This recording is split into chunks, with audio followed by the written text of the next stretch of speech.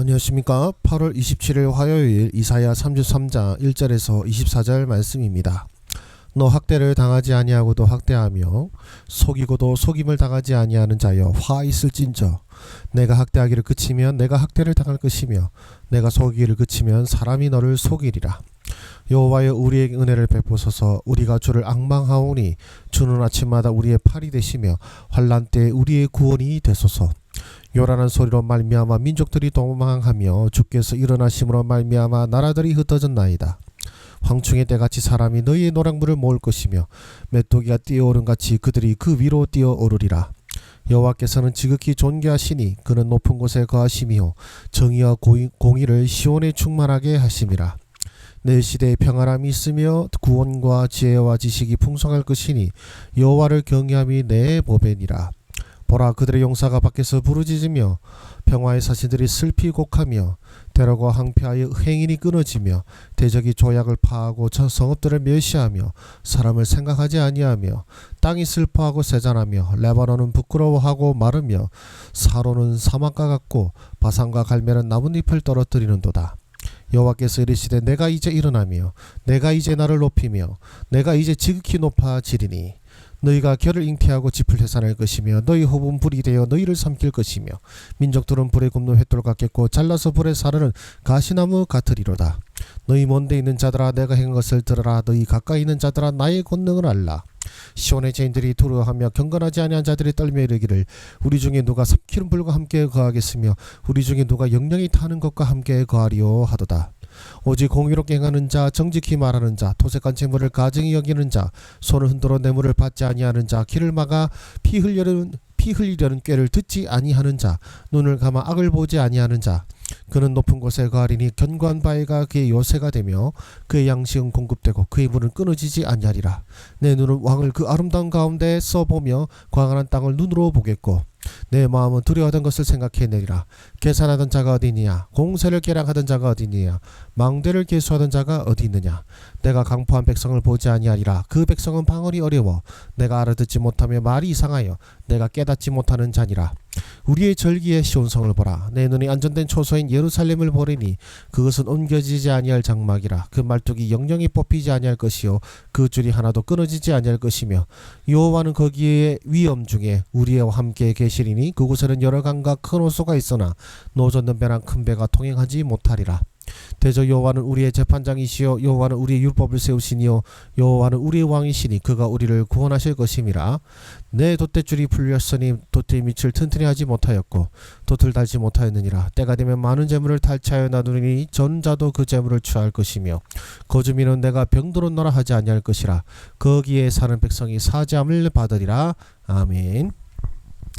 오늘 말씀은 이제 아수르 사네립 왕의 침공을 앞두고 이제 이스라엘 백성들이 하나님 앞에 그리고 선지자가 하나님께 구원해 주시기를 구한 가운데에 하나님께서 이제 어떻게 구원해 주실지를 말씀해 주는 내용입니다. 처음에는 이제 용사나 또 사신이 울부짖는 그런 안타까운 일이 있겠지만 그러나 결국에는 하나님께서 일어나시고 또 무찔러 주실 것이죠. 이게 이제 열왕기하를 보면 그 내용이 나와 있습니다. 사네립 왕이 조약을 거부하고 속이는 것과 또 화친하기 위해서 사신을 보냈지만 그 사신을 멸시하던 일들과 그러나 그 모든 일들이 지금 이사야서를 통해서 이미 예언되고 있는 것이죠. 그렇게 될 것이다라는 것이죠.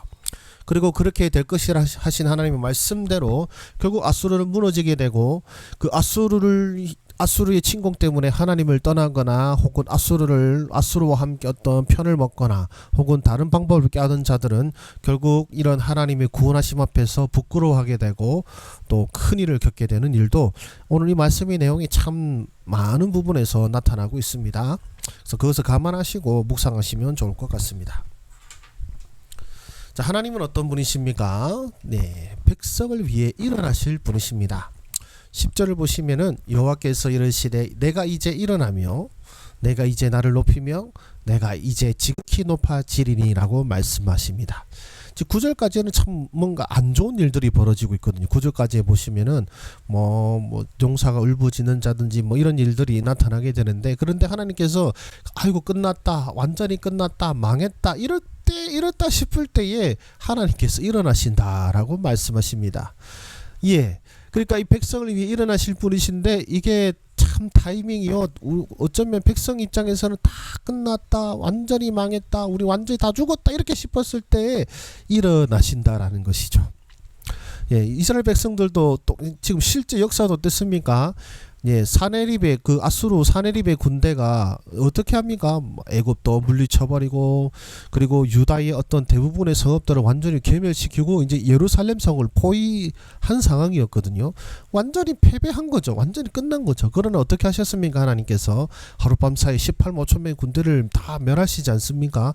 그러니까 하나님께서 백성을 위해 일어나시는데, 하나님의 그 놀라우심, 그 혁혁하심을 나타내기 위하여서 정말로 마지막에 이르렀을 때에, 우리가 정말로 다 끝났다 싶었을 때에 백성을 위해서 일어나실 분이십니다.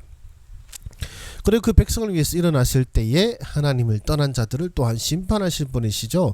14절을 보시면은요, 시온의 죄인들이 두려워하며 경건하지 아니한 자들이 떨며 이르기를 우리 중에 누가 삼키는 불과 함께 거하겠으며 우리 중에 누가 영영이 타는 것과 함께 거하리요 하도다 라고 하지 않습니까? 삼키는 불이 누구신가요? 하나님이시죠. 그러니까 우리에게는 그 하나님, 우리에게 구원의 불이 되시지만, 하나님을 떠나고 하나님을 배반하고 불신하던 자들에게는요, 하나님은 삼키는 불이 되십니다. 영영이 타는 불이 되실 것입니다. 그래서 저와 여러분들은 바로 이 백성을 위해 일어나실 분이심을 꼭 기억하셔서 마지막에 이르러서서라도 하나님을 떠난다든지 하나님을 포기한다든지 하나님을 불신한다는 자는 어리석음을 범치 않기를 저 이름으로 축원합니다. 그럼 또한 나에게 무엇을 말씀하십니까? 하나님께서는요, 악한 자의 행위를 감찰하고 계십니다. 1절을 보시면은요, 너 학대를 당하지 아니하고도 학대하며 속이고도 속임을 당하지 아니하는 자여 화 있을진저 내가 학대하기를 그치면 내가 학대를 당할 것이며 내가 속이기를 그치면 사람이 너를 속이리라 라고 말씀하시죠. 이것은 아수르를 향한 하나님의 말씀이고요. 그러니까 학대하기를 그친다, 속이기를 그친다는 건 뭐냐? 네가 정점에 이르면은요, 정점에 이르면 학대할 의미도 없고 속일 필요도 없는 그 정점에 이를 때 하나님께서 너를 완전히 무너뜨리실 것이다 라는 말씀이신 것이거든요. 하나님께서는 그 악한 자 행위를 감찰하고 계십니다. 그리고 그렇게 내버려 두시는 것이 또한 심판이시죠. 하나님께서 내버려 두시는 것이야말로 심판인 것이, 하나님께서 내버려 두지 않으시고 이리저리 감찰하시면 어떻습니까? 아이고 우리가 잘못했구나, 하나님께 돌아와야지 회개하게 되는데, 하나님께서 내버려 두시면은 기고만장해져서 회개하지 않죠. 회개하지 않는 것이야말로 하나님이 내리신 최고의 심판입니다. 가장 무서운 심판인 것이죠. 그 하나님께서는 그 악한 자의 행위를 감찰하고 계셔서 하나님의 정하신 때 일어나사 그 악한 자들을 멸하실 것입니다. 그리고요, 하나님의 심판은요, 수많은 민족들이 알게 될 것이다 라고도 말씀하고 있는데요, 13절을 보시면 너희 먼데 있는 자들아 내가 행한 것을 들으라, 너희 가까이 있는 자들아 나의 권능을 알라. 결국 하나님께서 이 심판을 통하여서, 이 행하심을 통하여서 온 열방이 하나님을 알기를 원하신다라는 것입니다.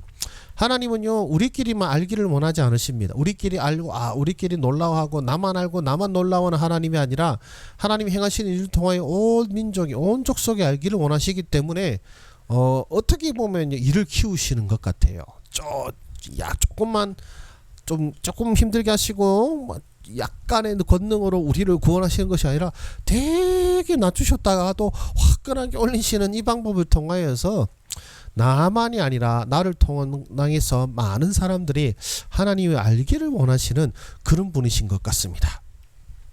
그리고요, 한때는요, 의인이 고통받는 날도 있다라는 것이죠. 이 모든 일들 가운데 의인이 고통받는 일이 있습니다. 왜냐하면 이제 7절에서 9절까지가 그 내용인데요, 보라 그들의 용사가, 이제 이게 우리 이스라엘을 말하는 겁니다. 용사가 밖에서 부르짖으며 평화의 사신들이 슬피 곡하며, 실제로 히스기야가 보낸 이제 소위 말하면 랍사게를 만나러 간 사신들이 결국 그 화친이 통하지 않아서 이제 슬퍼하며 돌아오게 되는 일도 실제 역사에서 나타나게 되죠.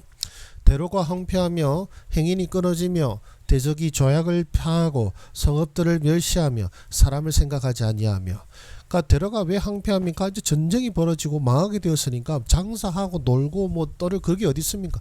집에서 숨거나 혹은 이제 그 성을 방어하기 위해서 이제 병사로 지원해서 이제 오들오들 떨거나 뭐 그런 상황인 것이죠. 행인이 없어지는 것도 그렇고요. 대적이 조약을 파한다. 이건 아수르 주특기죠. 아수르가 조약을 파죠. 그리고 이제 이런 아주 고통스럽고 슬픈 일이 일어나고 있습니다. 9절에도 계속 이래서 말씀하시죠. 땅이 슬퍼하고 세잔하며 레바논은 부끄러워하고 마르며 사로는 사막과 같고 바산과 갈멜은 나뭇잎을 떨어뜨리는 도다. 아주 시적인 표현인데 말 그대로 이제 전체가 아주 속에 망국의 망조의 분위기가 가득 찬 겁니다. 어디 가요? 이스라엘이요. 다 망했다 이거예요. 하나님을 따르는 자들도 하나님을 의지하는 자들도 결국 이 분위기 앞에서 진짜 침참해지는 겁니다. 하나님께서 우리를 구원해 주실 거에는 어떤 기쁨과 소망에 사로잡힌 것이 아니라 정말로 끝난 것인가? 하나님의 구원 없는 것인가? 주여 우리를 불쌍히 여기지 아니하시렵니까는 그런 간절한 가운데 있습니다. 고통 가운데 있는 것이죠. 그래서 한때는요, 그래 의인이 고통받는 날도 있습니다.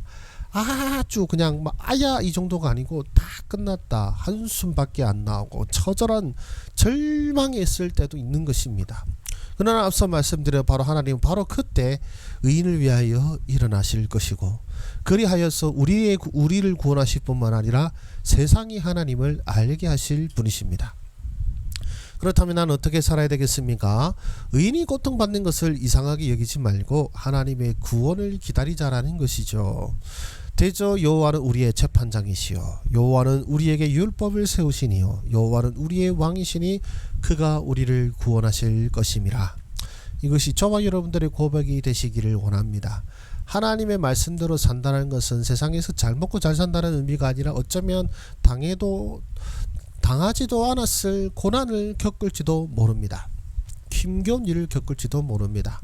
세상은 자꾸만 하나님만 내려놓으면은 네가 잘 먹고 잘 살 것이다 라면서 우리를 유혹하고 시험하죠. 그리고 하나님을 따르는 것 때문에 어쩌면 완전히 망하게 만들지도 모릅니다. 그러나 바로 그 속에서 하나님께서 우리에게 원하시는 것은 누가 우리의 재판장이냐 라고 우리에게 묻는 것이죠. 너의 재판장이 누구냐? 너를 감찰하신 분이 계심을 너는 믿느냐라는 것입니다. 너의 행위, 너의 말, 너의 생각 그리고 너를 핍박하는 자들의 행위를 감찰하시는 분이 계심을 너는 믿느냐라는 것이죠. 감찰하시는 분이 계시다는 것을 믿는다면 우리는 끝까지 견딜 수 있지 않겠습니까? 그리고 우리가 지금 지키는 게 누구의 말씀입니까? 나의 말입니까? 나의 양심입니까? 아니죠. 하나님의 말씀이고 하나님의 율법입니다. 하나님께서 우리에게 주신 그 말씀을 지키기 위해서 우리가 고난을 받는 것이라면 여러분 그 고난을 귀하게 여기시는 우리의 믿음이 되기를 소망합니다. 지금 내가 붙잡고 있는 것은 하나님의 말씀이다. 지금 내가 지키는 것은 하나님의 말씀이다. 그 하나님의 말씀을 지키는 것은 명예로운 것이고 복된 일이고 영광스러운 이름을 놓치지 마시기를 소망합니다. 왜 그렇습니까? 하나님이 우리의 왕이시기 때문에 우리를 구원하실 것입니다. 하나님의 그 말씀을 지키는 자들을 위하여 하나님은 일어나실 것이며 하나님의 말씀을 붙잡는 자들 그리고 하나님 앞에서 바르게 살기 위해 애써가는 그 의를 구원하시기 위하여 하나님께서는 반드시 일어나실 것을 기대하시고 기다리는 가운데에 오늘 저와 여러분 앞에 놓여진 이 고난의 길을 기꺼이 걸어갈 수 있는 저와 여러분 되시기를 주의 이름으로 축복합니다. 기도하겠습니다. 하나님 아버지, 이 땅을 살아간다는 것이 힘겨울 때가 많습니다. 통곡하고 한탄할 때도 많습니다. 악한 자는 우리를 자꾸만 속이려 하고 우리는 속임당하며 우리는 고난받는 삶을 계속해서 살아가고 있습니다. 하나님 말씀 지키려다가 그렇습니다. 하나님 뜻대로 살다 보니 이렇게 힘겹습니다. 하오나 주님, 이것이 우리의 원망의 제목이 되는 것이 아니라 우리의 간구의 제목이 되게 하여 주셔서 주여 이 말씀을 따라 살았사오나 이 말씀으로 인해 우리가 고난받사오니 주여 이 세상을 감찰하옵시며 이 땅을 심판하여 주시옵소서. 이것이 우리의 고백이 되게 하여 주시옵소서.